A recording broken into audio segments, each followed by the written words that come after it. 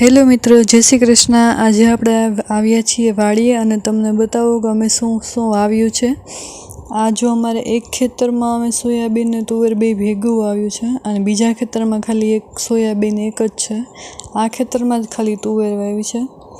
જો તમે અમારે તુવેર અને સોયાબીન કેવા છે કમેન્ટમાં જણાવજો। સોયાબીનમાં તો હમણાં ફાલ પણ બેસી જશે, પણ તુવેરને તો બહુ વાર લાગશે નીકળવામાં। પહેલાં સોયાબીન તૈયાર થઈ જશે ને ત્યાર પછી તુવેર નીકળશે। આ અમારા બીજા ખેતરના સોયાબીન છે। આ અમે બધાની પહેલાં આ સોયાબીન વાવ્યા હતા, એટલે આ બધા કરતાં મોટા છે। ઓલા હમણાં પછી તમને બતાવ્યું ને તુવેર ને સોયાબીન, એ આના પછી વાવેલા છે, એટલે એ નાના છે અને આ મોટા છે।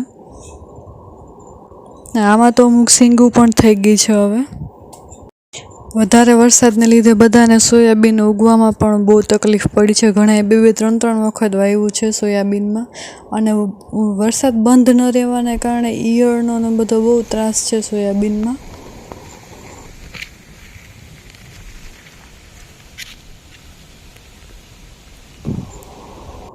આ આપણે જાસૂદના ફૂલ છે, જો વાડીએ કેવા સરસ લાગે છે। મોર પણ આવ્યો હતો જો આપણી વાડીએ, કેવું ડોકા કાઢતો હોય એવું લાગે છે। ફાઇનલી જો એ વાડીએ પણ આવ્યો।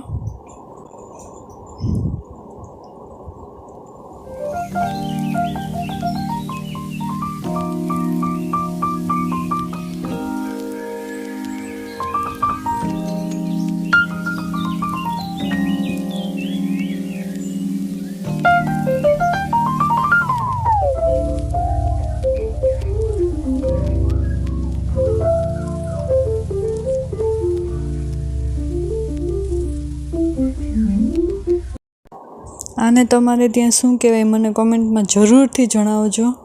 અમારે તો અહીંયા અમે લોકો અમારા ગામડામાં આને કંટોલા કહે છે, પરંતુ અમારે આ સાઈડ બધા આને પ્રોપર નામ કંકોડા કહે છે। તો તમે લોકો જણાવજો કે તમે આને શું કહો છો અને તમે આનું શાક ખાધું કે નહીં તે જરૂર જણાવજો। બહુ હેલ્ધી છે, આ શરીર માટે ખાવું જોઈએ બધાને।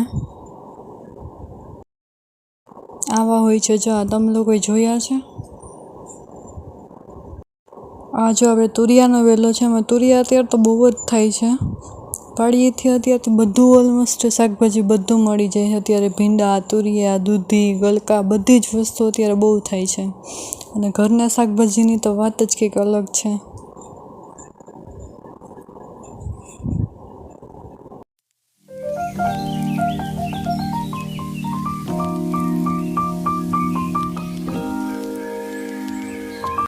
આ જો આવા સરસ મજાના તુરિયા થાય છે આપણી વાડીએ। આટલું બધું શાકભાજી જો અમારે વાડીએથી ઉતર્યું હતું, તો મેં કીધું લાવો તમને પણ વિડીયોમાં બતાવું। ગલકા, તુરિયા, જીભડા, કંટોલા અને ભીંડા અને ઘણું બધું છે, જુઓ તમે પણ। આ વિડીયો ગમ્યો હોય તો પ્લીઝ લાઇક, શેર અને સબસ્ક્રાઈબ કરી દેજો।